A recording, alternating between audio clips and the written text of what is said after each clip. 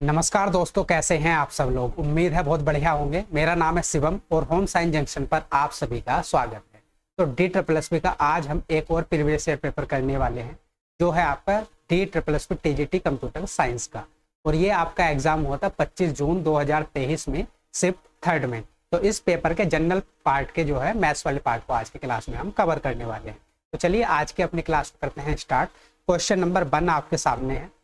Question में बोला गया है, पानी से भरा एक अर्धगोलाकार टैंक एक पाइप द्वारा 5 लीटर प्रति सेकंड की दर से खाली किया जाता है। यदि टैंक का व्यास 5.6 मीटर है तो टैंक को आधा खाली करने में कितना समय लगेगा। और ये समय आपको मिनटों में बताना है और दशमलव के 2 स्थानों तक सही होना चाहिए। और पाई की वैल्यू आपको क्या लेनी है, 22/7। तो क्वेश्चन को सोल्व करेंगे। सबसे पहले अर्धगोलाकार टैंक है, तो अर्धगोलाकार टैंक को अगर खाली करना है तो अर्धगोले का आयतन क्या होता है। अर्धगोले का आयतन होता है भाई 2/3 पाई आर क्यूब। ये अर्धगोले का आयतन होता है। मान लो ये अर्धगोलाकार टैंक है और यहाँ पर जो है इसका व्यास कितना दे रखा है हमें, 5.6 मीटर पूरा है, 5.6 मीटर। अगर व्यास 5.6 मीटर है तो त्रिज्या क्या हो जाएगी, त्रिज्या व्यास की आधी होती है, तो त्रिज्या हो जाएगी 2.8 मीटर। ये हमारी आर की वैल्यू आ गई। इसे यहाँ पर रख देंगे तो हमारा जो है अर्धगोले का आयतन निकल जाएगा। लेकिन टैंक एक पाइप द्वारा 5 लीटर प्रति सेकंड की दर से खाली किया जाता है। ये जो टैंक है, मतलब ये जो आयतन है, हम किससे खाली करेंगे, 5 लीटर प्रति सेकंड की दर से खाली करेंगे। तो हमें बताना है कितना समय लगेगा। तो सबसे पहले तो ये लिख लेते हैं 2/3। पाई की वैल्यू हमें क्या लेनी है, 22/7। आर की वैल्यू हमारे पास क्या है, 2.8। तो 2.8 का क्यूब हो जाएगा 2.8 गुणा 2.8 गुणा 2.8, ये आ गया। और हमें टैंक को आधा खाली करने में समय बताना है। तो ये तो पूरा टैंक है, मतलब आधा जो है, ये इतना जो टैंक है इसकी पूरी कैपेसिटी है। लेकिन हमें इस जो अर्धगोलाकार जो टैंक है इसको आधा खाली करना है, तो 1/2 आधा हो जाएगा इसका आयतन। और ये किससे खाली करना है, 5 लीटर प्रति सेकंड की दर से खाली करना है।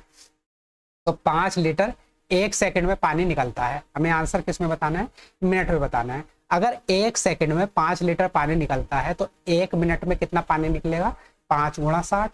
इतना जो है, इतने लीटर पानी 1 मिनट में निकलेगा। क्यों, क्योंकि 1 मिनट में होते हैं 60 सेकंड, है ना। इसलिए अगर 5 लीटर पानी 1 सेकंड में निकल रहा था तो 1 मिनट में पानी निकलेगा 5 × 60 लीटर। समझ गए होंगे। और भाई जो 1 मीटर क्यूब, ये किसके बराबर होता है, 1000। 1 मीटर क्यूब बराबर होता है 1000 लीटर के, है ना। जो आपका ये आयतन आएगा, अर्धगोले का जो आयतन आएगा, क्योंकि त्रिज्या किस में है, मीटर में है, तो ये मीटर क्यूब में आएगा, है ना। मीटर क्यूब में अगर आयतन आएगा तो 1 मीटर क्यूब बराबर होता है 1000 लीटर। क्योंकि 5 लीटर 1 मिनट में पानी निकल रहा है, 5 × 60 लीटर जो पानी है वो 1 मिनट में निकल रहा है। तो इसको भी हम लीटर में चेंज कर लेंगे, क्योंकि दोनों जो है, जो इधर अगर लीटर है तो इधर भी लीटर होना चाहिए, है ना। मतलब जो है क्वांटिटी बिल्कुल सेम होनी चाहिए। जो यहाँ अगर हम लीटर ले रहे हैं तो इसको भी हमें लीटर में कन्वर्ट करना पड़ेगा। और 1 मीटर क्यूब बराबर होता है 1000 लीटर। तो यहाँ पर 1000 से मल्टीप्लाई हो जाएगी, गुणा हो जाएगी 1000 से। और कितना समय लगेगा, तो टाइम हम अब इसको सॉल्व करके निकाल लेंगे। समझ पाए होंगे। तो अब क्या करना है, बस आपको इसको सॉल्व करना है। 2 से 2 कैंसिल आउट हो जाएगा। ये है भाई 3 है, 7 से काटते हैं पहले, 7 चौक 28, 0.4 हो जाएगा। उसके बाद ये 5 × 60, तो टी की वैल्यू कितनी आ जाएगी, ये जो है 5 × 60 इसके अपोन में चला जाएगा, तो ऊपर है कितना, 1000।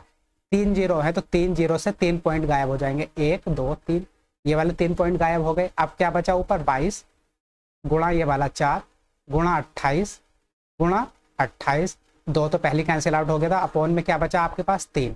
और ये जो 5 × 60 है इधर आके क्या हो जाएगा, अपोन में चला जाएगा, गुणा 5 × 60। अब हमें बस इसको सोल्व करना है। तो भाई ये किससे चला जाएगा, 5 से नहीं जाएगा। अगर आप यहाँ से देखें 4 से चला जाएगा 15 बार, 4 सत्ते 28। तो ऊपर कितना हो गया, 7 चौक 28, 28 के 28 से गुणा करोगे कितना हो जाएगा, 28 × 28 हो जाएगा, 8 8 64 का 4, 5 से 6, 8 दूनी 16 और 6 हो जाएगा 22, और 2 8 16, 2 दूनी 4 और 1 5, 4 8 5 2 7, 784 आ गया। और 784 की फिर किससे गुणा करनी है, आपको 22 से गुणा करनी है। तो यहाँ पर 22 से गुणा कर देंगे, 2 चौक 8, 2 8 16, 2 सत्ते 14 और 1 15, ये हो जाएगा 1568। इसको जोड़ देंगे 8 8 6 14, 6 5 11 और 1 12, 5 और 1 6 और 1 7, कितना आ गया 17,248। ऊपर कितना आ गया 17,248 और नीचे कितना है 15 गुणा 5 गुणा 3, 3 गुणा 5 गुणा 15, ये है ना। तो 15 पंजे 75 और 75 तिया कितना हो जाएगा 7 तिया 21, 210 और 15 हो जाएगा 225। तो 17,248 को 225 से हमें भाग करनी है, 17,248 को। तो ये कितनी बार चला जाएगा 2 8 16, 8 बार चला जाएगा क्या 7 बार जाएगा 7।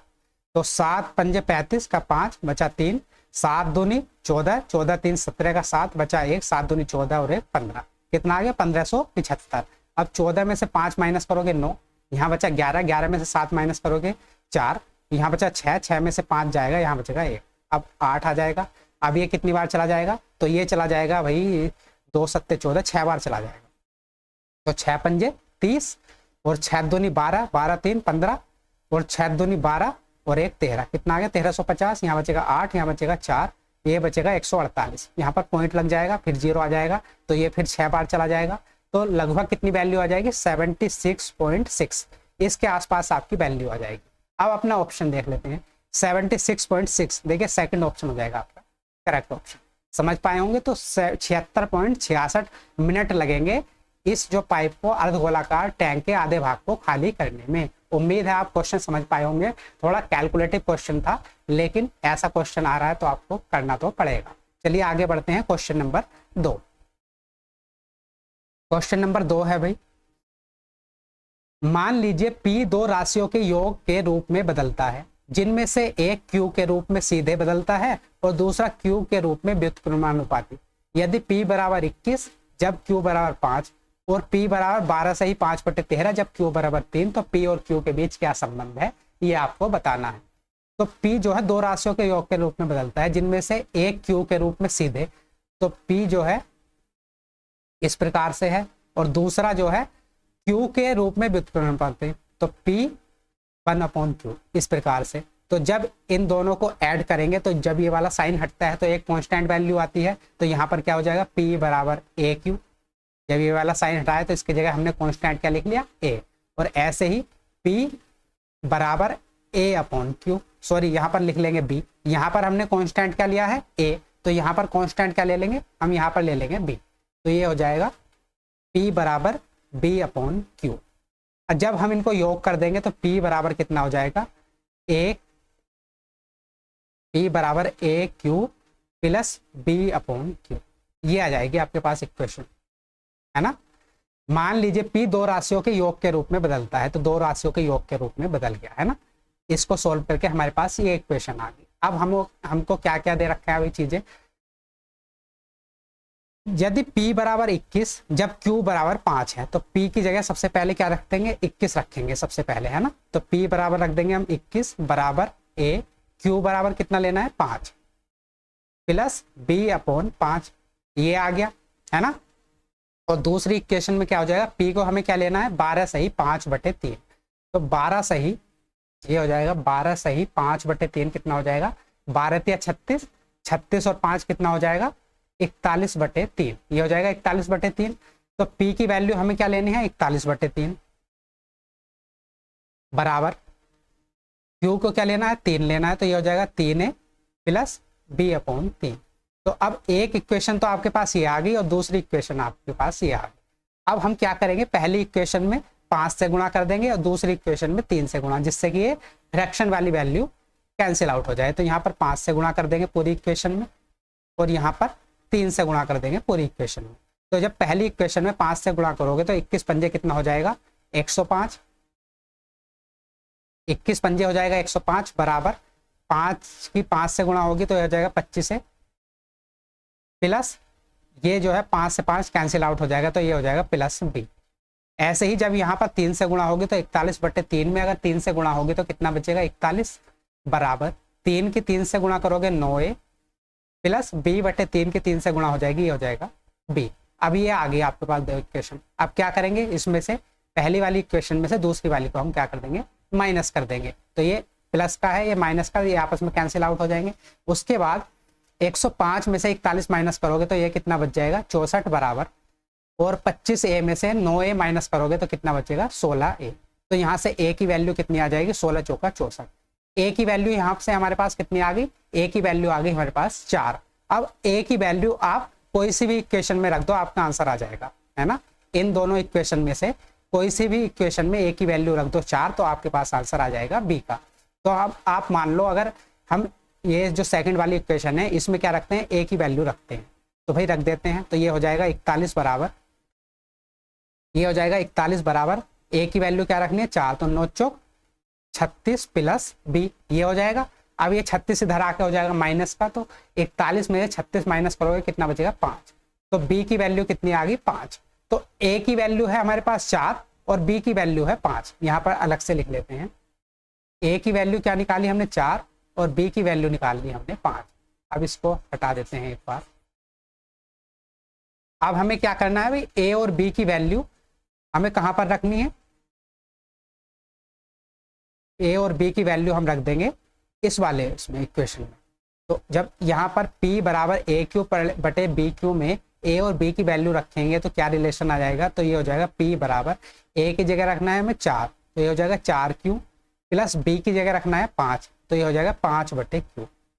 तो ये आ गया आपके पास p बराबर 4q plus b, sorry b की जगह तो हमें 5 रख रहा था ना, तो ये हो जाएगा 5 बटे q। तो कौन सा ऑप्शन हो जाएगा, फर्स्ट ऑप्शन हो जाएगा आपका करेक्ट ऑप्शन। समझ पाए। चलिए आगे बढ़ते हैं क्वेश्चन नंबर 3। अगर समझ में ना आया तो करे तो मतलब एक बार जो है रिपीट करके भी आप देख सकते हैं। अगर कहीं ऐसा लगे कि कुछ चीज समझ में नहीं आ रही तो एक बार दोबारा से रिपीट करके देख लो। आपके पास ऑप्शन है यूट्यूब में, तो चाहे तेज देखना चाहो तो तेज देख सकते हो, धीरे देखना चाहो तो धीरे देख सकते हो, एक चीज को 2 बार देखना चाहो तो 2 बार भी देख सकते हो, आपके पास ये सुविधा है ना। तो चलिए अगला क्वेश्चन देख लेते हैं, क्वेश्चन नंबर 3। क्वेश्चन नंबर 3 है भाई, शिव ने लेवल की गई कीमत पर 15% छूट पर एक साइकिल खरीदी। अगर उसने इसे 21% छूट पर खरीदा होता तो उसे 540 रुपए की बचत होती। साइकिल का जो है लेवल मूल्य हमें बताना है। तो जब 15% की छूट थी, है ना, और जो 21% की छूट थी, तो 15% और 21% में गैप कितने का है, 6%, है ना। 6% का गैप है और 6% की वैल्यू कितनी दे रखी है 540। पहले कितने की छूट दी जा रही थी 15% की, अब बोल रहे हैं कि अगर 15% की छूट ना देकर 21% की छूट दी जाए तो कितने का फायदा होगा 540। तो ये जो इन दोनों का गैप है 6% की वैल्यू ही आपको दे रखी है 540। तो 1% की वैल्यू यहाँ से कितनी निकल जाएगी 6 9 54, 90 रुपए। 1% की वैल्यू आ जाएगी 90 रुपए। हमें क्या बताना है, साइकिल का लेवल मूल्य। तो 100% की वैल्यू निकालनी है 100% की। तो अगर 1% की वैल्यू 90 है तो 100% की वैल्यू कितनी हो जाएगी, ये हो जाएगी 9000। तो आपका जो है फोर्थ वाला ऑप्शन हो जाएगा करेक्ट ऑप्शन। ये क्वेश्चन थोड़ा आसान है। चलिए आगे बढ़ते हैं क्वेश्चन नंबर 4। क्वेश्चन नंबर 4 है भाई, विद्या 40 मिनट में 8 किलोमीटर की दूरी तय करती है। यदि वह आधी दूरी 3/5 समय में तय करती है तो शेष दूरी को शेष समय में तय करने के लिए उसे कितनी गति किलोमीटर प्रति घंटा में बनाए रखनी चाहिए, ये आपको बताना है। तो 40 मिनट में कितनी दूरी तय करती है 8 किलोमीटर, है ना। टाइम कितना है 40 मिनट, और जो डिस्टेंस है वो कितनी कवर करती है, वो भाई 8 किलोमीटर। अब आगे क्वेश्चन में है, यदि वह आधी दूरी, तो टोटल दूरी कितनी थी 8 किलोमीटर, आधी दूरी कितनी हो जाएगी 4 किलोमीटर। तो आधी दूरी 3/5 समय में तय करती है। टोटल समय था कितना 40 मिनट, तो 40 मिनट का 3/5 कितना हो जाएगा 5 8 40, 8 24 मिनट, 24 मिनट। तो यदि वह आधी दूरी 4 किलोमीटर 3/5 समय मतलब 24 मिनट में तय करती है तो शेष दूरी, तो शेष कितनी बची, टोटल डिस्टेंस थी आपकी 8 किलोमीटर, उसमें से 4 किलोमीटर तो उसने चल ली, तो 8 किलोमीटर में से अगर 4 किलोमीटर चल ली तो बची कितनी 4 किलोमीटर दूरी और बची। तो शेष समय में, तो भाई 40 मिनट टोटल थे, 40 मिनट में से 24 मिनट तो उसने खर्च कर दिए, बाकी बचे कितने उसके पास 16 मिनट। कितने बचे 16 मिनट। तो उसे कितनी गति किलोमीटर प्रति घंटा में बनाए रखनी चाहिए, मतलब उसे जो है 4 किलोमीटर 16 मिनट में जाना है, तो हमें उसकी जो गति बतानी है, स्पीड बतानी है, किलोमीटर प्रति घंटा में बतानी है। तो टोटल डिस्टेंस है कितनी 4 किलोमीटर, समय कितना लग रहा है 16 मिनट, और 16 मिनट को घंटे में बताने के लिए क्या करना पड़ेगा, हमें जो है यहाँ पर अपॉन में 60 करना पड़ेगा। अगर ये 16 मिनट में 4 किलोमीटर जाती है तो 1 घंटे में कितनी जाएगी, तो अपॉन में 60 कर देंगे और 60 ऊपर जाके हो जाएगा गुणा का। तो ये कितनी बार, 4 चौक 16 और 4 से 60 चला जाएगा 15 बार। तो उसकी स्पीड कितनी आ जाएगी, 15 किलोमीटर प्रति घंटा। तो कितनी स्पीड बनाए रखनी चाहिए, 15 किलोमीटर प्रति घंटा। समझ पाए होंगे। चलिए आगे देखते हैं। क्वेश्चन नंबर 4 था, इसका ऑप्शन हो जाएगा 4th वाला सही। आगे देखते हैं क्वेश्चन नंबर 5।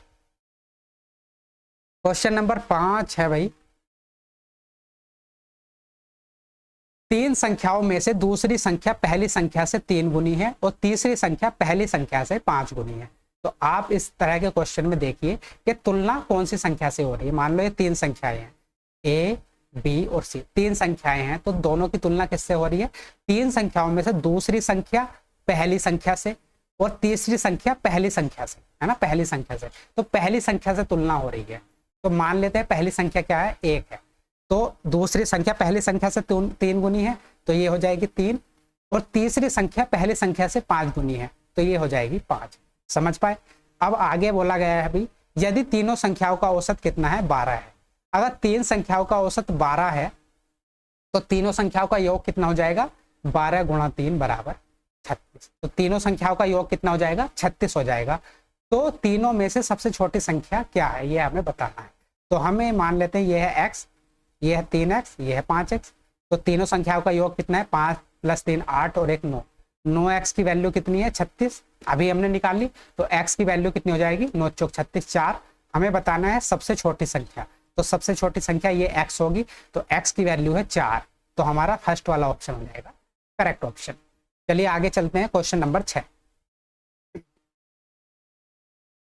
सिंप्लीफिकेशन का क्वेश्चन है। द वैल्यू ऑफ 25 की पावर कितनी है, 5.4 गुणा 5 की पावर 6.2, ब्रैकेट बंद और फिर भाग है और फिर ब्रैकेट है। 125 की पावर है 4.2 गुणा क्यूब रूट है 5 का और इसकी पावर है 10.2। इसको आपको सोल्व करना है। तो सबसे पहले फर्स्ट वाले ब्रैकेट को देखें, तो यह है 25 की पावर 5.4। तो 25 को क्या लिखा जा सकता है, 5 की पावर 2, 5 का स्क्वायर भी तो लिखा जा सकता है ना 25 को। तो इस 25 को हमने क्या लिख लिया, 5 की पावर 2, और इसकी पावर कितनी है 5.4 गुणा 5 की पावर कितनी है 6.2। तो जब हम भाई इसको सोल्व करेंगे तो ये 5.4 में 2 की गुणा हो जाएगी। तो ये कितना हो जाएगा, 5 की पावर, जब 5.4 में 2 की गुणा करोगे तो 4 2 चौक 8 और 2 पंजे 10, कितना आ जाएगा 10.8। तो पहले में जो इसको सोल्व करके आया 25 की पावर 5.4 कितना है, 5 की पावर 10.8। इसको सोल्व करके गुणा 5 की पावर कितनी है 6.2, ये है।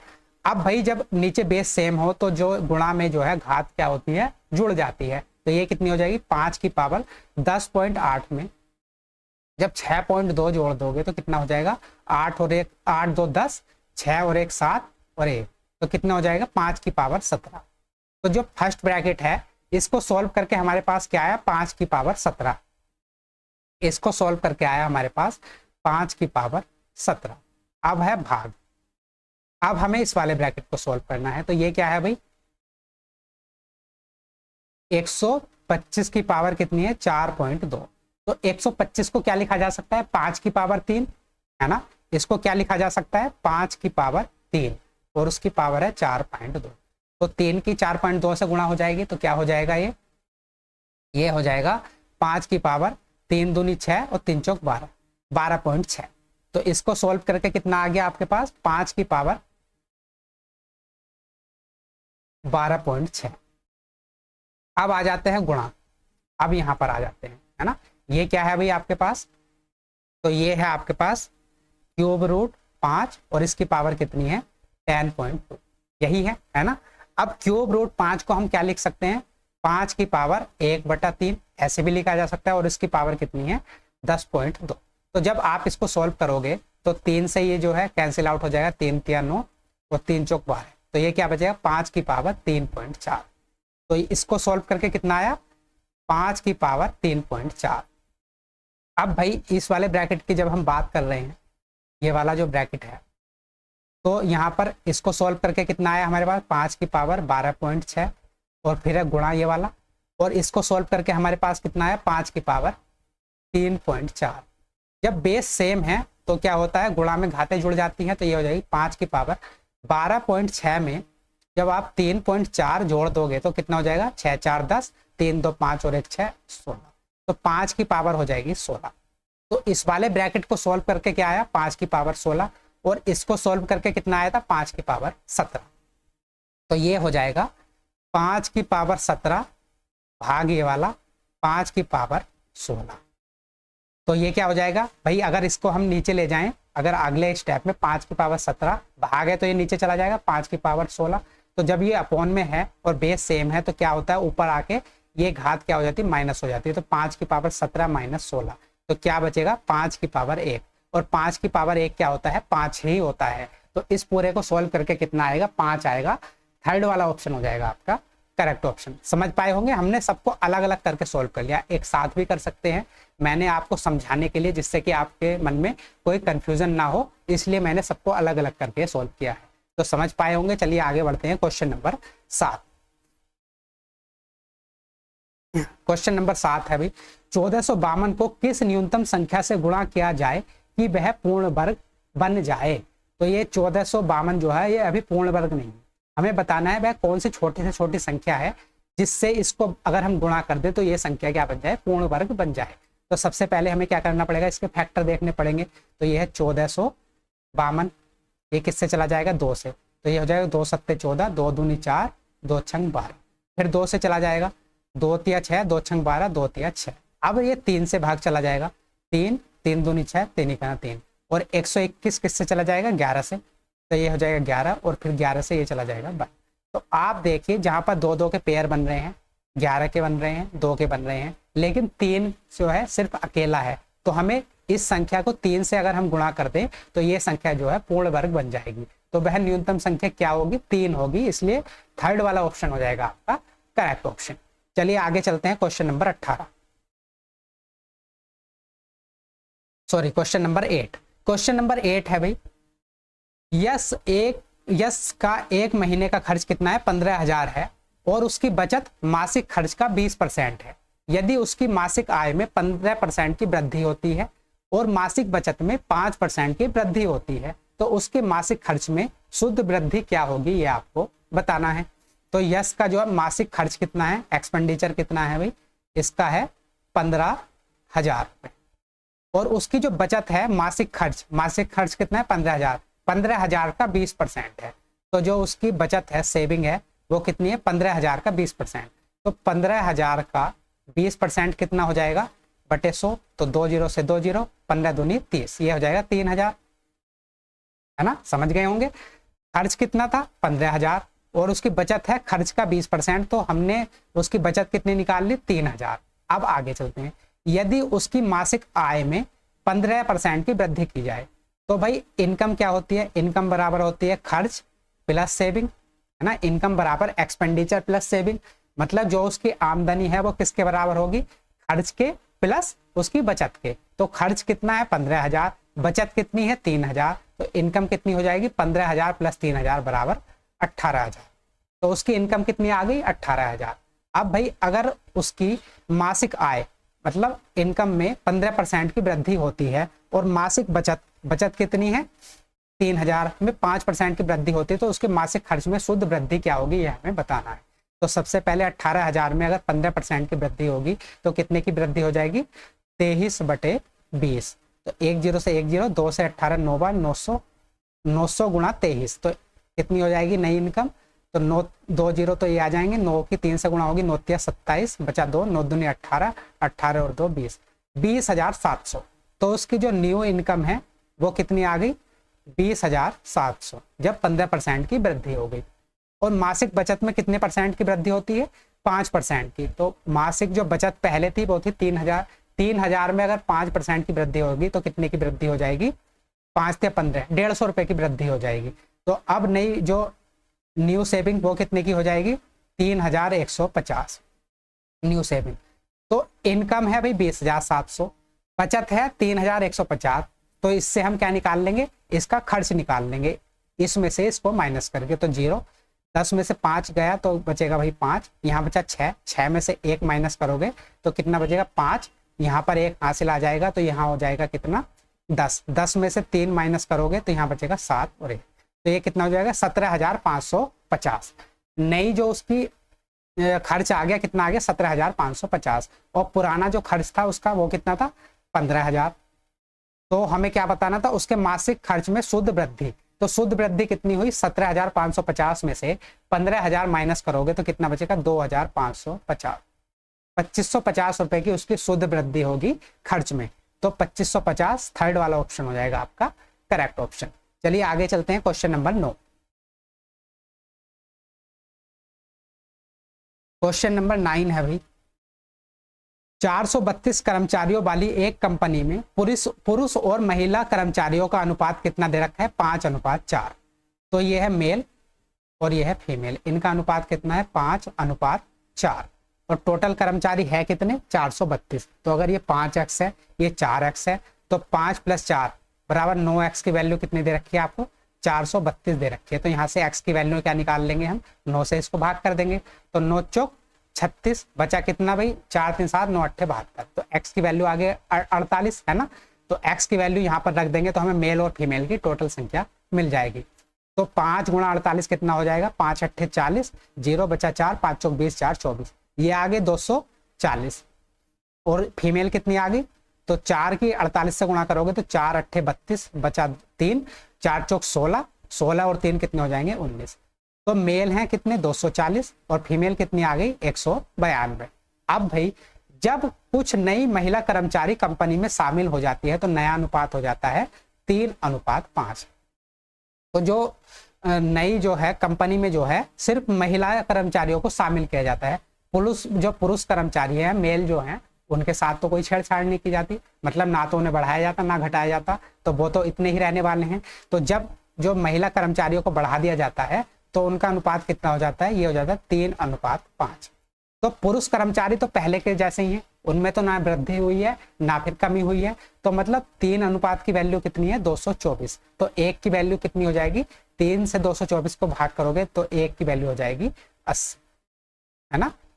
अगर 3 अनुपात की वैल्यू 240 है तो 1 अनुपात की वैल्यू कितनी आ जाएगी यहाँ से 80।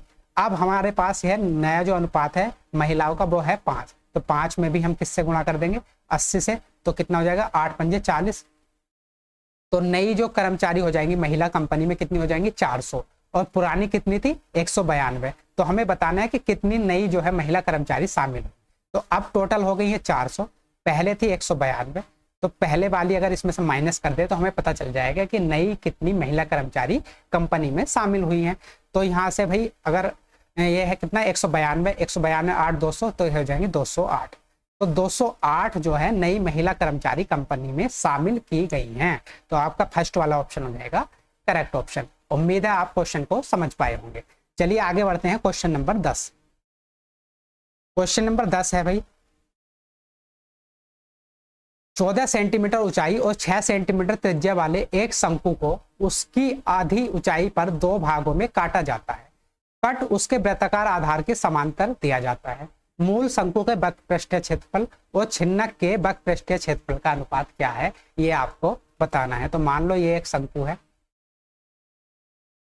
ना, और इसको अगर इसकी ऊंचाई कितनी दे रखी है, हमें ऊंचाई दे रखी है 14 सेंटीमीटर और जो इसकी त्रिज्या है वो कितनी है 6 सेंटीमीटर। तो इसके आधार की आधी ऊंचाई पर मतलब यहाँ पर जो है एक कट लगा दिया जाता है। तो ये ऊंचाई कितनी बचेगी 7 सेंटीमीटर, और ये जो छिन्नक की ऊंचाई है ये भी बचेगी 7 सेंटीमीटर। अब भाई हमें क्या बताना है, मूल शंकु के वक्र पृष्ठीय क्षेत्रफल। तो मूल शंकु का वक्र पृष्ठीय क्षेत्रफल कितना होगा, मूल शंकु का जो है वक्र पृष्ठीय क्षेत्रफल होता है πr_l। ये जो है शंकु के वक्र पृष्ठीय क्षेत्रफल का फॉर्मूला है। तो r हमारे पास कितनी है, r है हमारे पास 6 सेंटीमीटर और h है, अगर आप यहाँ पर पाइथागोरस में लगा दे तो r कितनी है 6, h कितनी है 14। तो आप यहाँ से l निकाल लेंगे तो l क्या हो जाएगी 14 का स्क्वायर प्लस 6 का स्क्वायर। 14 का स्क्वायर होता है 196 और 6 का स्क्वायर होता है 36। तो ये कितना हो जाएगा 6 और 6 12, 9 3 12 और 1 13, 1 और 1 2, तो कितना आ जाएगा 232। तो l की वैल्यू कितनी आ जाएगी, l की वैल्यू आ जाएगी √232। तो यहाँ पर r और l की अगर हम वैल्यू रख दें तो कितनी आ जाएगी, पाई r की वैल्यू कितनी है 6 गुणा √232 ये आ जाएगी। और 232 को भी अगर हम आगे सोल्व करना चाहें तो 232 किससे चला जाएगा, 4 से चला जाएगा, 4 पंजे 20, बचा 3, 4 अट्ठे 32, तो कितना आ जाएगा 2√58।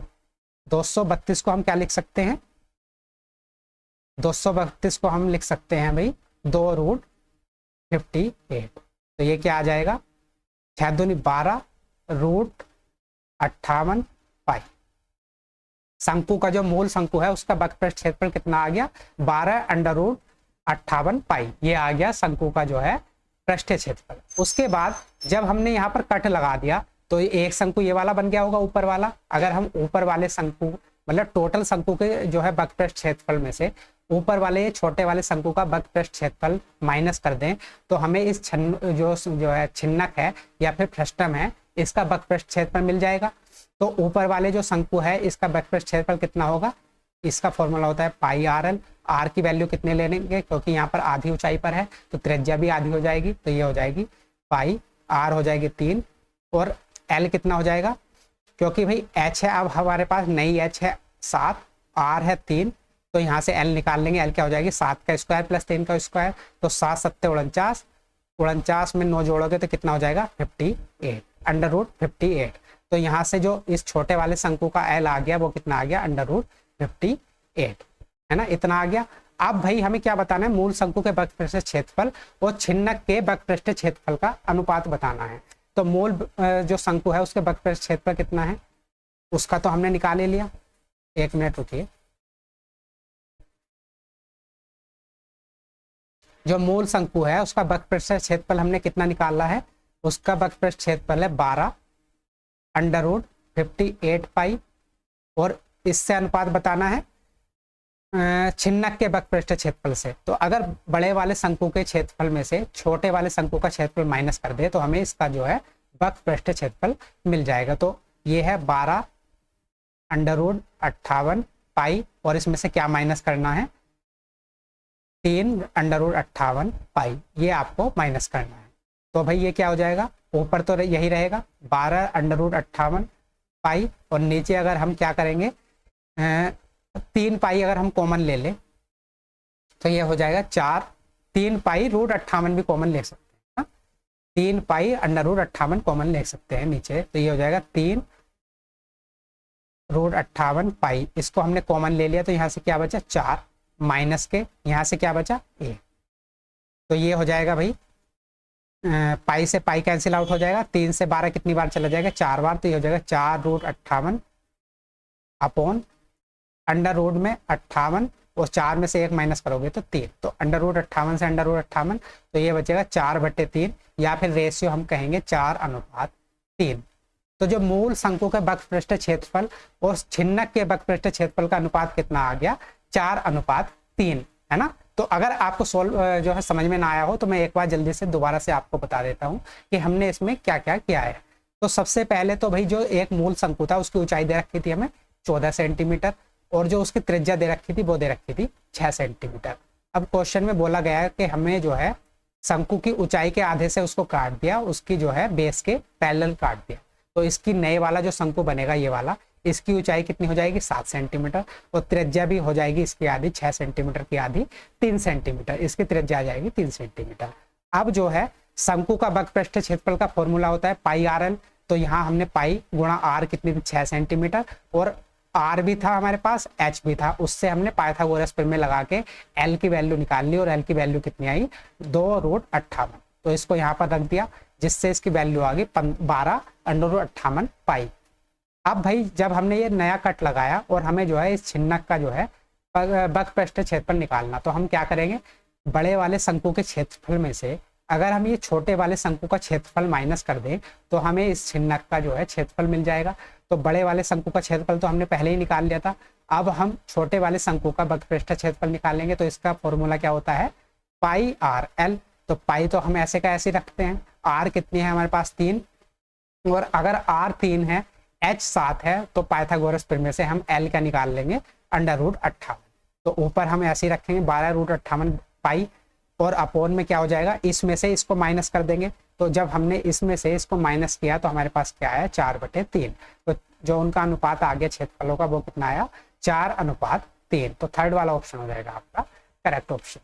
उम्मीद है आप इस क्वेश्चन को भी समझ पाए होंगे। तो थोड़े कैलकुलेटिव क्वेश्चन तो हैं और थोड़े आपको फॉर्मूले भी याद होने चाहिए। मेंसुरेशन में आपने देखा होगा जितने भी हमने क्वेश्चन किए हैं 2 से 3 फॉर्मूले सभी क्वेश्चन में अधिकतर में लग रहे हैं और कैलकुलेशन भी इतनी आसान नहीं। तो आपको जो है मेंसुरेशन के सारे जो बेसिक फॉर्मूले हैं वो याद होने चाहिए अगर आपको एग्जाम में क्वेश्चन को करना है तो, और टाइमली करना है ना।